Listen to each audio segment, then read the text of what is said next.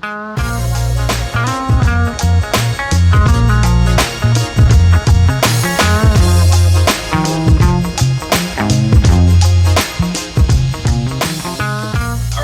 to the NoteWorthy USA podcast. I'm your host, Ben Fredericks. I know it's been a minute. Haven't had a podcast in a little while. And, I've always said that I don't want to host a show unless I've got something to share with you or a great guest to bring on. And today we have a good one. But before I introduce him, wanted to remind you that we do have a couple of upcoming events. The first is, the main one is the Noteworthy Investor Summit, which is happening in late March. So you can go to NoteWorthySummit.com. It's all virtual. You can attend right from your home, but it's going to be 2 full days of great content with very high level note investors that you can come and learn from. And then also we're going to be doing a webinar with our good friend Sherman Arnowitz on distressed second mortgages. So if you've ever wanted to look at that market, you can check that out as well. And if you go to NoteWorthyUSA.com, our main website, you will find some information for that.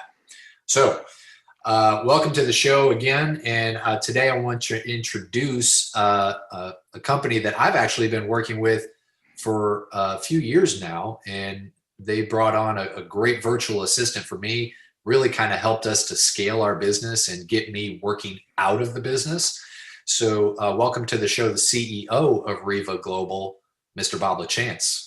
Welcome, thanks for having me. Hey, appreciate it. Thanks for having me. Absolutely. So, first of all, I guess I just wanted to talk about, the power of virtual assistants and like what it can do for your business. Can you give a little bit of background, on REVA and talk about, the virtual assistants that you bring to the table and how they are making big adjustments to the clients that you're working with? Yeah, absolutely. Just a little bit about myself. 2-second rundown. I started investing in 2004. Prior to that, I played professional hockey for 8 years. So I lived in Europe for 4 as well. Decided to hang up the skates and jump into real estate. The reason why I decided to jump into real estate is I left Boston University 2 classes short of getting my degree. So I either had to go back to school or jump into real estate that has pretty much 0 barriers of entry. So right. chose real estate and jumped in with 2 feet. Started my first deal as a rehab. Then back in 04, jumped in the short sale world. So my first business partner, his name was Pat Precourt. I don't know if you know Pat. Pat. Yeah. Yep. Pat's a great dude. And I still look at him as a mentor. He was my partner for 10 years and also a mentor. We run the Friday Coffee Break podcast as well. So he's one of the co-hosts as well as Amy Ransdale. So we have a little fun with it. Oh, that's awesome. Yeah. Pat has he's come and done Investor Fuel, which is one of my masterminds that I'm in, and I think he's actually in Investor Fuel now. So, but he's a good dude. So it's funny. I wonder how many college dropouts are in real estate. I gotta bet it's a lot because I'm from the same background. Like I was in college and I was like, this just isn't for me. Like I just can't sit down here and try to learn economics and it wasn't interesting. So that's cool that you so was hockey was obviously after college. Like where did that take you in Europe? So I signed with St. Louis Blues out of Boston University. We were fortunate enough. We had some really good teams. We won a national championship. We were, I think, in the Frozen Four. Now it's called Frozen Fours, Final Four back then. 3 out of 4 years. So we had some really good teams coming out. So I was fortunate enough to sign with St. Louis. Played in their minor league team for 2 years. 2 more years here in the U.S. And then I was in Italy, Switzerland, Germany, and then back to Switzerland for my last year. So it was a fun run. It was definitely a fun run. Yeah. What a great experience. Yeah. Yep. Like, where I grew up, there was a minor league hockey team there called the Quad City Mallards. And those guys, we'd see them everywhere. They seem to be like having the most fun out of any like professional level sports players that I've ever hung around with. So those guys were always the life of the party. So play hard, party hard, right? Party hard. Yeah, hockey players are tough. So I guess it doesn't matter to them if they're going skating with a hangover the next day. Exactly. So, all right. So you get into short sales and all of that. How do you make a parlay into what you're doing now with hiring and supporting VAs and bringing them to companies? Yeah, it was interesting. So back in, I think I'm dating myself. Going back to '05, after that, I was in business for a year, and then '06, we helped start a short sale coaching program. So Pat and I were running the back end of the coaching program. We had individuals selling the product, and we were fulfilling. So we built up that program. And then when Fortune Builders started, obviously it's a big company right now. Pat and I were investing back and forth with the owners of Fortune Builders, are good buddies of Sure. ours. So they started a wholesale course and a rehab course back in '04, '05, '06, and then in '07, natural progression. They were extremely successful in real estate, doing 100 deals a year, etc. So when they started traveling around to REA groups, selling their course, the next step, typically how coaching programs work, they say, all right, we have all of these students that keep asking, hey, can you help more? Can you help more? Yeah. So the guys, Stan, Paul, and Conrad, knew that we had a successful short sale coaching program. So they said, hey guys, you guys want to join our team? So we're like, yeah, why not? A new startup.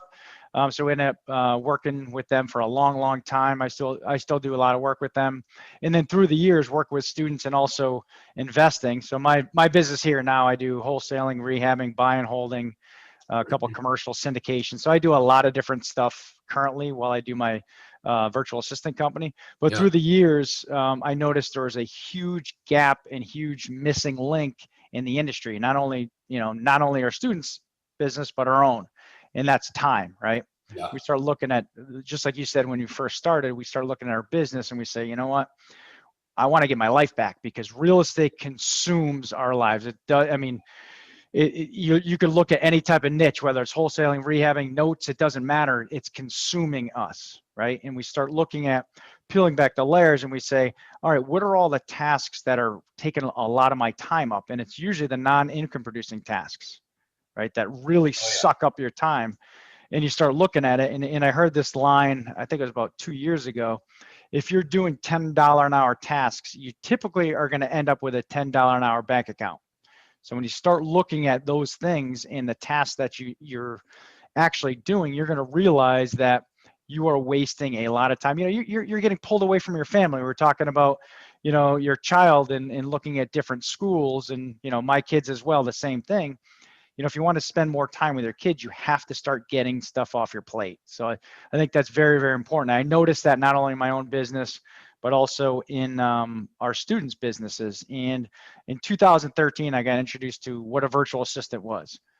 True, I never even knew prior to that what a virtual assistant was. It was more prevalent in real estate agent world rather than the investor world. So I got my first virtual assistant, and we call them VAs. Got my first VA, and a light bulb went on. I said, you know what? This could be a potential business in and of itself. I know there's a lot of stuff behind the scenes on how the heck do you start a VA company, especially overseas. All of our virtual assistants are in the Philippines. So how do you actually, this is a global company. The Philippines is literally, I'm sitting here in Connecticut. It's on the opposite side of the world. So figured that along the way, launched my first company 2014, and, fast forward, here we are today. That's awesome.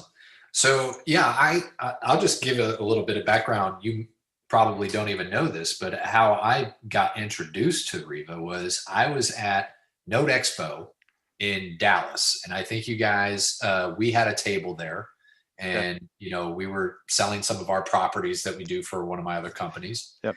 And on the plane ride out there, I had it in my head, like, because I was like Paul McCartney working 8 days a week, Yeah. just constantly inside of the business. Like you said, those little menial $10 an hour job tasks. And I just started writing out a list, like, of all the things that I do in a week. Yep. And I had literally front and back a piece of paper of all the things that I was doing. Yep. And so I was starting to earmark those things. I'm saying, okay, how can I get these off of my plate? Because where I make my money is not doing these things. Right. So, and it was just sucking up my time. I have a young daughter, at that time she was 3 years old, Yep. and I'm sitting in my office on a Sunday at like 3-4 o'clock, having already been there 4 hours. I'm like, what am I doing? So on that plane ride out there to Note Expo, I make out this big list, and then I walk into the vendor area, and I see your guys' sign. It says virtual assistants. I was like, all right, this has got to be some sort of a signal or something. Right? So I walk over to the table, and I don't even remember who I first met, but I had the list in my back pocket. And because I was just going to continue doing it during the event, like when I had free time. And Yeah. I was like, this is what I need help with. Can you guys do it? Yeah. And he's like, oh my God. He's like, I've never seen somebody actually write this stuff out. So and I think that's like the first step of really identifying how a virtual assistant can help you, because once they came in, like it took a little bit of time for them to, understand how I do things, the reason why I do things, and all of that. But once it did, all of that stuff came off of my plate, and it was such a game changer. And I've been such a fan. We've had the same virtual assistant for over 2 years now, L'Oreal. She's fantastic. That's awesome. And, I just couldn't be a bigger fan of how they make adjustments to your business. So that's a long preamble, but it gets into my question is like, what, if you're not in the position like right now where you have somebody helping you inside of your business, how do you begin to identify those things? Is it just like I did, you write out a list, or are there other steps that you see people go through to really target and identify the areas where somebody like REVA can help? Yeah, we really get busy in our business, and the great thing for you is you were flying, so you didn't have all the other distractions, and that's really the biggest. Me too. I absolutely love it. So, you did an incredible job at just taking the time out of your busy schedule. One of the things that I always say is, it's almost like a time in motion. You're taking stock in what you're doing. Grab a calendar. And it's going to take a little discipline for all of us to do this, right? I would say take a 3-week stock of what you do on a daily basis, right? Especially Monday through Friday, because those are typically with the hours that you're working, you're going to have a VA take off your plate, right? Yeah. So what I did is when I first started, I took a calendar Monday through Friday for 3 weeks, and I analyzed every little thing that I was doing. Was I the one building a buyer's list? Was I the one calling a lead to see if they're even motivated to sell? Was I actually implementing my marketing? Was I text messaging? Was I fulfilling my direct mail? Like all those things when you look at on a daily basis. Was I posting the Craigslist? Was I posting the Facebook? What was I doing? And by the time those 3 weeks are done, I looked at all of that stuff. I'm like, what the heck am I doing? So I took all of those tasks and I offloaded them to my first virtual assistant. And that's what really got the ball rolling. And I realized that I was not the only one going through all of this stuff. Just like you and your story, we went through the extremely similar path on how we actually got to getting those tasks off your plate. Okay. Yeah, that's awesome. I think that's a great thing, because and you got to be conscious to write down like literally almost everything you're doing during that 3-week time, right? Yep. So it's a pain in the butt. I'll be honest, it's a pain in the butt, but you have to do it. Yeah. Yep. Yeah. I think because you start to identify, like, even if you step outside of yourself for a little bit and think like, okay, this is very important. Nobody does this like I do this. You have to almost take your ego out of it. And they could do it if you taught them how to do it, Yep. So it's not like you're going to be the master of the universe on every single thing. And that was a big aha moment for me. And I think if you're a note investor listening to this today, think about what makes you money. Is it doing the due diligence? Is it pulling comps? Is it gathering all the paperwork? Or is it the relationships? Is it the conversations with the note holders, or the banks, that might be looking to get rid of some non-performing or performing notes, and establishing those relationships? That's really where the money is made, is on those front end relationships. All the other stuff you can teach somebody to do it, have them bring it to you in an organized manner, and you make the final decision on it. But there's a lot of stuff that you can get off of your plate when it comes to that. Yeah, I'm sure there's a lot of different stuff, right, in note investing, right, with using skip tracing or contacting, I don't know, self-directed IRAs, social media marketing, cold calling. There's a lot of stuff in that nature that I'm sure, property research, following up. And again, I'm not an expert in the note side, but I'm just thinking of some tasks in general that would be great to get off your plate. Yeah. So tell me, like, it was a pretty thorough process that I went through to, meet our VA and a good fit for that. Can you talk a little bit about that process, like, so that somebody gets established with the right person for their business? What does that look like with REVA Global? Absolutely. So we have a recruiting department. It first starts with, just to give you, is it okay if I kind of peel back the layers and give you kind of Please. how my business looks? Yeah, Because of course. I always love hearing other people's businesses and how it actually runs behind the scenes. We Yeah. actually have different departments. We have our recruiting sourcing department that they're responsible for sending all of our marketing out in the Philippines to all these different sites to gain applicants. And the applicants come to us, and we siphon through. We probably sift through thousands a month to get to the cream of the crop, if you will. Sure. And then we look through each one of them, and we go through different types of overview of looking at what their accent is, looking if they're college educated, looking to see what their capacity is. We have them go through disc profiling, etc. So we do a bunch of little things behind the scenes before they even get to you. So they go through our recruiting sourcing process. Then as soon as they pass through, we put them through a lot of different scorecard testing, etc. Then they get over to our training team, and they go through 3 week to a month training. And not everybody actually gets through the training, because it's very difficult to get through our training, because we want to make sure that once they get to the other side to work with our team and our clients, that you have to pre-screen everybody, I feel, in life, right? It's not like, you're not going to interview one person if you're going to build your team in-house and just hire them right away. You got to run them through, we got to make sure that they're a good fit for your culture as well. So Yeah. it goes from our recruiting, like I said, recruiting sourcing team, to our training team, then off to our placements team. So our placements team, it's kind of like Match.com, if you will. We have our clients, best way I could explain it, right? We have our clients come in, right, that are interested in hiring a virtual assistant with us. Yeah. So what we do is we have them go to, they work with our placements team, so that our placements team can match our client with the exact type of virtual assistant they're looking for, because not every virtual assistant is the same. You'll have virtual assistants that are made to be on the phone, that are incredible at phone virtual assistants, right?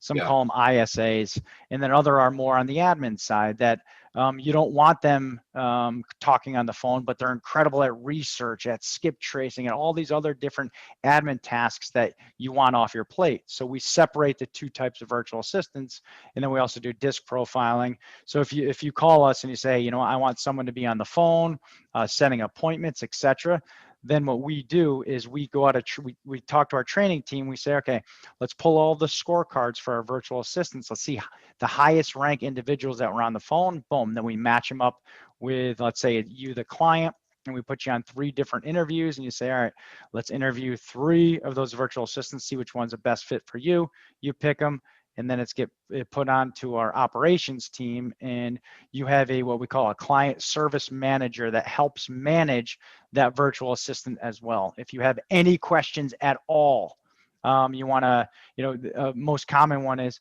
hey, can you help get our virtual assistant set up with our phone system? Our CSM, our client service manager, will help you do that. Can you help us add some extra training on to our virtual assistant?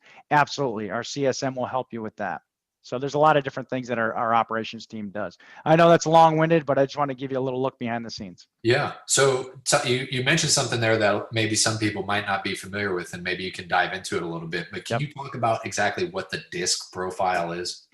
Yep, this profile is like a personality kind of profile, whether they're dominant, they're interactive, they're stable, they're cautious. So typically when someone's a high D or high I, and those names could be interchangeable. So if someone's listening to this and they have disc profile and they call some of the DISC different, Yeah. it's more of, so when we look at it, typically a high D is a dominant personality. That's more of your salesperson type. High I, they're social. They want to talk back and forth. They enjoy what we're doing right now, bantering back and forth. So you want someone who's more of a high D or high I that is on the phone. If you want someone who's more admin, it's usually more of like the accounting type people, is more of the S or C, if you will, someone billing, someone doing invoicing, someone doing even social media management. You'll find it's an S or a C rather than a high or a D.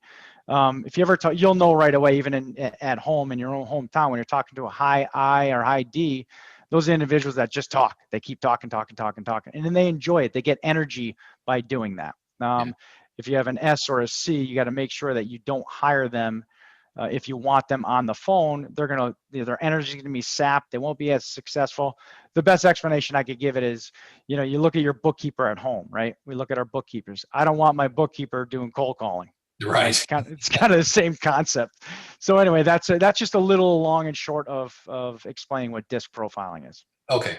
All right. Perfect. And then when we hired our virtual assistant, I think you guys had set up probably 4 or 5 different VAs for us to speak with, which was great because you really do get an opportunity to see, just like if you're hiring somebody to be in your office, are you going to mesh well with these people? Do they understand you? Do they understand the idea of the task and what it means to complete it? But can you talk about like what the process is in terms of like, if you're very thoughtful about hiring a VA, what are some things that you should do in that interview process to really ensure you're getting the best one out of those 4 or 5 that you might get to talk to? Absolutely. I mean, one of the things and this is some of the things that I failed at the beginning when I first started working with VAs. I didn't ask questions. I wasn't prepared on the exact tasks as well that I wanted done off my plate. Yeah. And I see this happen all the time. I see, someone come from a podcast that says, I know I need help, but I just don't know. I don't know what I need to get off my plate. Right. So the first thing is I would definitely come prepared with knowing what tasks you want help with. Because, I've made that mistake even hiring here in the US. I know I needed help at something. I know I needed an office manager, but what tasks do you want that office manager in-house to actually do? Did you really want them to do some QuickBooks work? Did you really want them to do some transaction coordinating work, right? Yeah. So these are the things that are really, really important. Be very clear on what tasks you want outsourced, right? I think that's the first thing I would recommend. Okay. Yeah, I think the other thing that really helped us too, once we made our choice, was I had begun to really make almost like a policy. I didn't call it this at the time, but like a policy and procedure manual, right? Mm-hmm. And a lot of it was video oriented because, for instance, if I was looking up comps or if I was, pulling data from online or something like that, I would just screen capture what I was doing. And we made our own YouTube channel for it. So if for some reason I had to change VAs, that system, or maybe I wanted to add an additional one, I wouldn't have to spend quite as much time on training and could really kind of implement them in a quicker pace. So I don't know if you encourage people to do that or not. That was just something that really helped me in our process. Yeah, and I could add to that, and that's a really good point there. And I always call it the 80-20 rule, right? We have our virtual assistants that go through a month worth of training, right? But I look at your business, you look at my business, 80% run the same way, but it's that 20% that needs to be captured, right? Your MLS is different than my MLS. Your script might be tweaked a little different than my script. So it's that 20% really, that's a goal. You look at any coaching program, right? They're all learning the same thing. But what is that magic? What makes you successful over me? It's really that 20% that makes that magic, which 100% I recommend, recording that video. That's going to be, let's say it's an MLS training, or it's scraping leads this way, or skip tracing using this tool, right? There's always those little tools that you may use, Podio, someone may use RealFlow. Yeah. Right. There's those little different types of kind of training tools and tips that you want your individuals and your team to be following. So great point. Yeah, I think, and the other thing I was thinking of too is like just reflecting back when we first started this business, and like I was saying, I was working so much inside of it. Once we brought on our VA and started like putting all these different systems in place, it really catapulted our business, but not because I was able to do so much more personally. It was because we were so much more organized that as an investor, I could take that to the market and really raise more money off of it. So because if you're new and it's just you're a 1 or 2 man show, and investors, people that might have money to put behind you or would be interested in investing with you, they're going to know if you're organized or not. They're going to ask to see, show me what you're doing, show me how you're doing it. And if you don't have those systems in place and you're just kind of a free for all and you're trying to build it and figure it out, you're far more risky to somebody that's going to bring money to the table than somebody that has invested in themselves and in their business to bring on a VA. And I mean, let's be honest, it's not a huge investment. You know, you're getting people from the Philippines. And I think a lot of times, let's talk about that a little bit. You mentioned it prior to, is I think a lot of the concern that somebody might have is like, okay, well, if I put these people on the phone with potential clients or whatever, they're going to have a communication issue, or there's going to be something like that. I've never had that issue because you guys have done such a great job of screening that out and figuring out like who's the best for one particular position or another. But I think a lot of times that, and you can tell me if this is true or not, but I see that almost as like a limiting belief in terms of what can be done with a VA. Yeah, you know, that's a great point. I get that question a lot too. Well, what do they sound like? Could they talk on the phone? Can they do this? You know what? There's a lot of limiting beliefs because, you know, you look at different social media sites like Clubhouse as an example, right? Clubhouse is the new thing. It's on, right, as of today, it's only on Apple products. And so if those of you Android users don't know what it is, it's kind of a social media platform.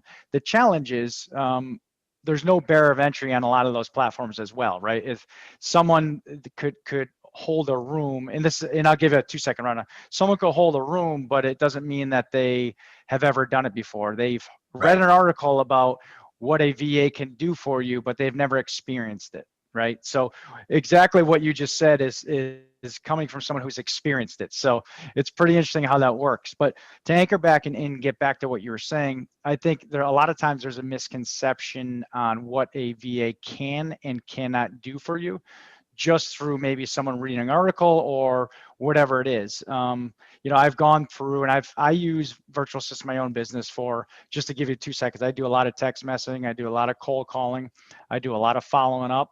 We got to do a lot of social media marketing as well. And all of our virtual assistant team takes care of those things, skip tracing, etc. Right? So in a lot of phone work, it's very important to also, when you're working with a VA, it's very important also to make them part of your team. Yes. I know you do a great job of including them in your weekly meetings, right? It's the same as, think about this. If I have someone who's in my office here, but I never talk to them or I never include them in the meetings, they're not going to be efficient at all, right? Sure. So we got to include all of our team members in a weekly meeting. It's very, very important. So I don't know if I answered that question or I just bounced around because I had a lot of thoughts there. No, totally. It's either a limiting belief or a stereotype that they're not going to be able to communicate the way that you want. But the beauty of it is, and this is what I found, is that the VA that I've had, she's been so amiable and trainable to what we need, that it's been a fantastic experience. So yeah, and let me add to that, Ben, real quick too, because I think it's really important. And this is, a lot of you may not know what a client service manager is. It's a manager that manages that virtual assistant with Ben or me as the client. It's really important for us as a company. And that's one of the things when I first started and got into virtual assistants, I didn't know who to talk to. I just had my VA, one-on-one, and I'm like, all right, well, did they show up to work? That's one of the things that everyone thinks of. Are they going to show up to work?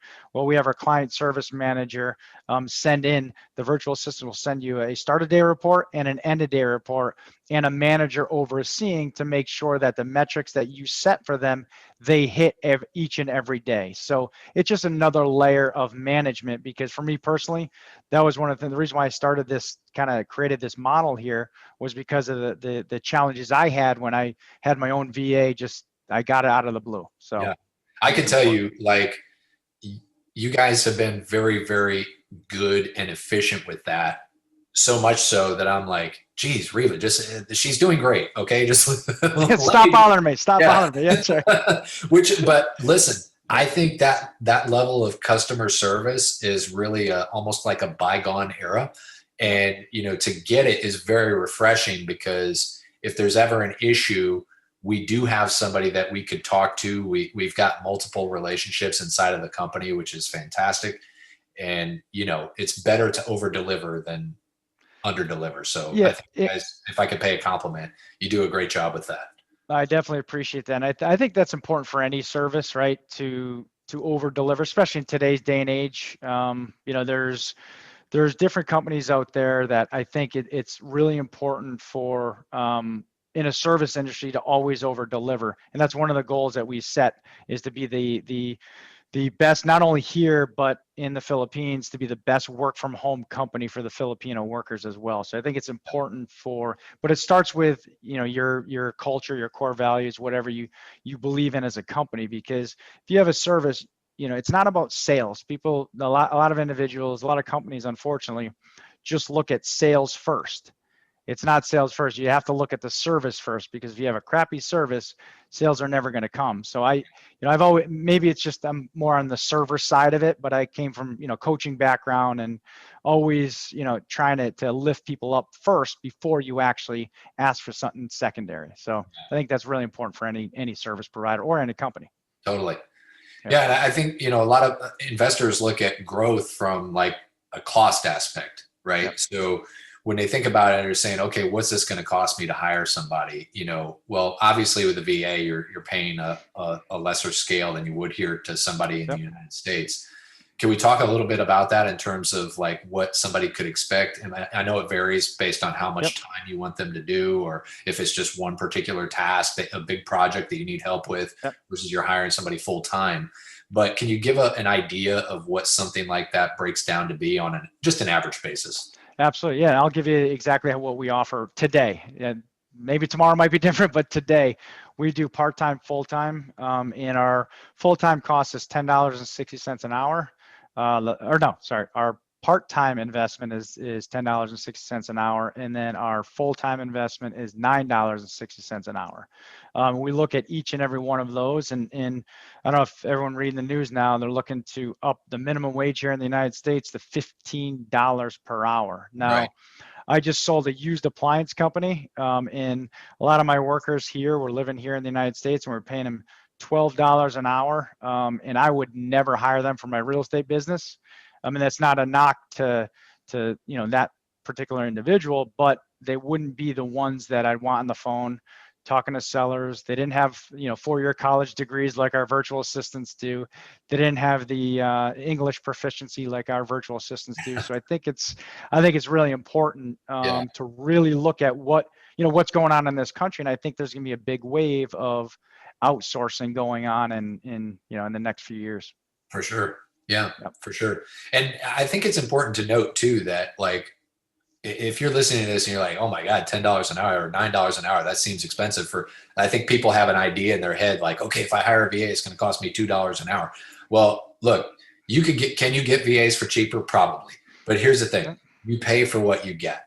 And this is a company that I can just tell you from my own personal experience. I don't just promote anybody. Like they go above and beyond, and they're worth every damn penny that we pay them. Like I said, our VA has been with us a couple of years. She's like family to us.